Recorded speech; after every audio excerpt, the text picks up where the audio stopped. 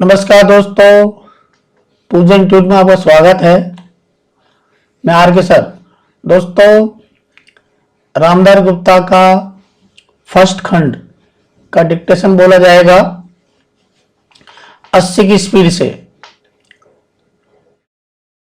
और दोस्तों, इस चैनल पर पहली बार आए हैं तो सब्सक्राइब जरूर करें। Radio start. सभापति महोदय, मैं रक्षा मंत्रालय की मांगों का समर्थन करने के लिए खड़ा हुआ हूं। वर्तमान घटनाओं से पता चलता है कि संसार का हर देश अपनी सुरक्षा के बारे में चिंतित है और उसके लिए हर प्रयत्न कर रहा है। इस दृष्टि से अन्य देशों की तरह हमारे देश में भी रक्षा मंत्रालय का महत्व है। मुझे इस बात की खुशी है कि जहां अन्य मंत्रालयों की उनके पिछले साल के कामों के बारे में काफी आलोचना हुई है, वहां इस मंत्रालय की कम आलोचना हुई है। इससे पता चलता है कि इस मंत्रालय ने पिछले साल अच्छा काम किया है। मोटे तौर पर किसी भी देश की सुरक्षा नीति का लक्ष्य यह होता है कि दूसरे देशों, खास तौर से पड़ोसी देशों के साथ मित्रता के संबंध स्थापित हों और हम एक दूसरे के मामलों में हस्तक्षेप करें, लेकिन उसके साथ यह भी जरूरी होता है कि हम अपने देश की सीमाओं और अखंडता की रक्षा करें। इसलिए हमारे देश का यह कर्तव्य हो जाता है कि हम अपने पड़ोसियों के कार्यों पर पूरी नजर रखें, क्योंकि आज तक हमारे देश पर जो संकट आए वे हमारे पड़ोसियों से आए हैं।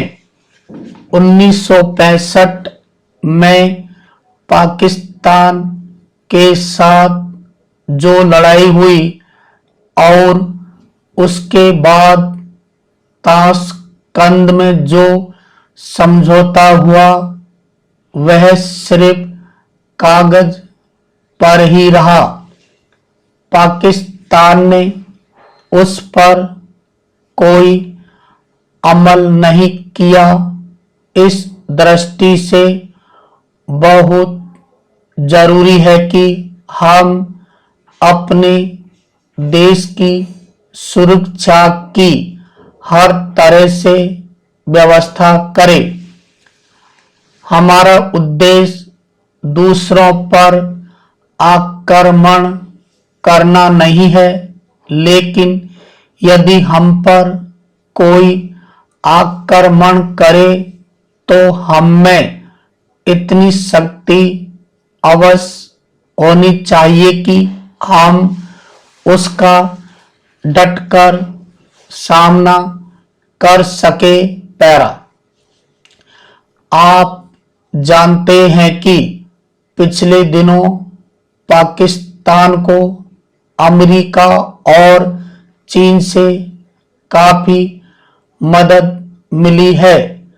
रक्षा मंत्रालय की रिपोर्ट में भी कहा गया है कि पिछले साल अमेरिका ने पाकिस्तान को 1500 करोड़ रुपए की फौजी सहायता दी है। आज जहां हम फौजी सामान के लिए अपने कारखानों की मदद से अपनी शक्ति बढ़ाने का प्रयत्न कर रहे हैं, वहां पाकिस्तान संसार के देशों से फौजी सामान खरीद रहा है। अपनी नीति के कारण वह सब देशों से लाभ उठा रहा है। मेरा सुझाव है कि हमको भी अपनी शक्ति बढ़ाने के लिए संसार के अन्य देशों से अधिक फौजी सामान खरीदना चाहिए। आज तिब्बत की सीमा पर चीन की 1.5 लाख फौज खड़ी है।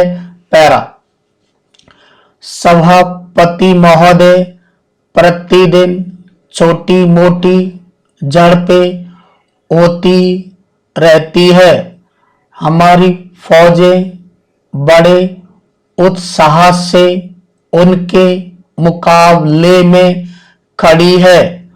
उनके हौसले बहुत ऊंचे हैं, लेकिन हमारी सरकार का भी यह कर्तव्य है कि उनके हौसले को कभी गिरने न दे। उन्हें हर तरह की सुविधा प्रदान की जाए जिससे उनका आत्मविश्वास बढ़े।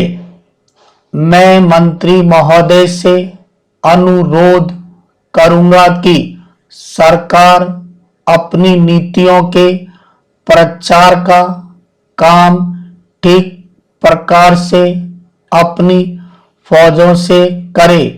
उनको अच्छे हथियार दे।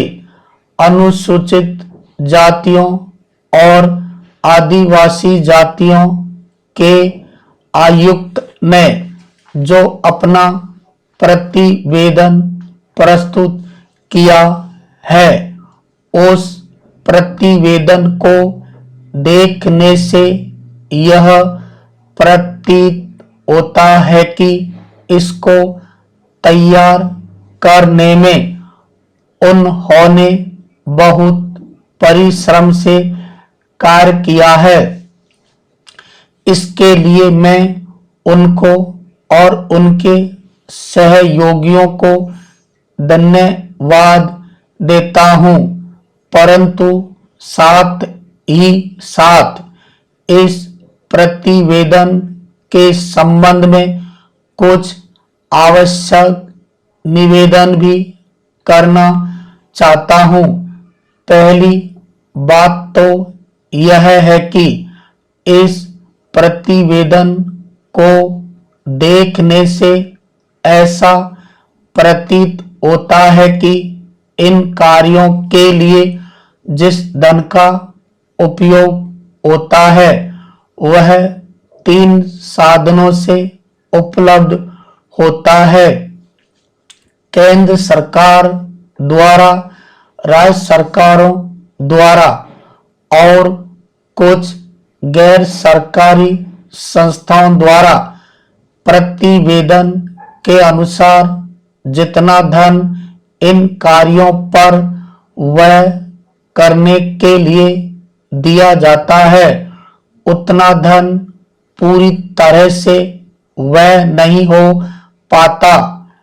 मैं यह नहीं कह सकता कि आवश्यकता से अधिक धन दिया जाता है या कार्यकर्ताओं को वह धन प्राप्त ही नहीं होता, जिसके कारण से वह बिना खर्च हुए बच जाता है।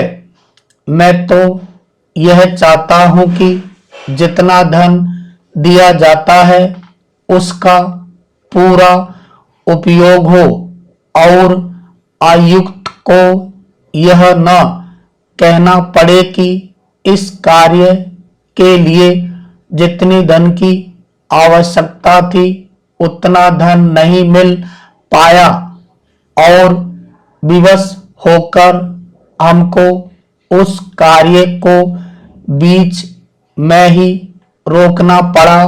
पैरा।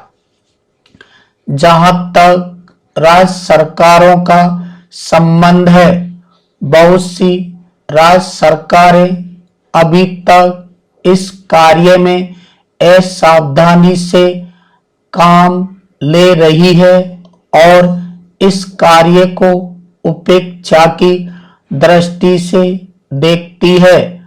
आयुक्त ने इस बात की शिकायत की है कि बहुत सी राज्य सरकारों ने अनेक पत्र भेजने के बाद भी अभी तक अपनी रिपोर्ट नहीं भेजी है।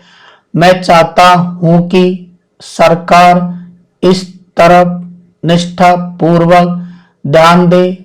राज्य सरकारों पर दबाव डाला जाए कि वे इस दायित्व के प्रति सचेत हों और आयुक्त को उनके कार्य में पूरा सहयोग प्रदान करें। विराम।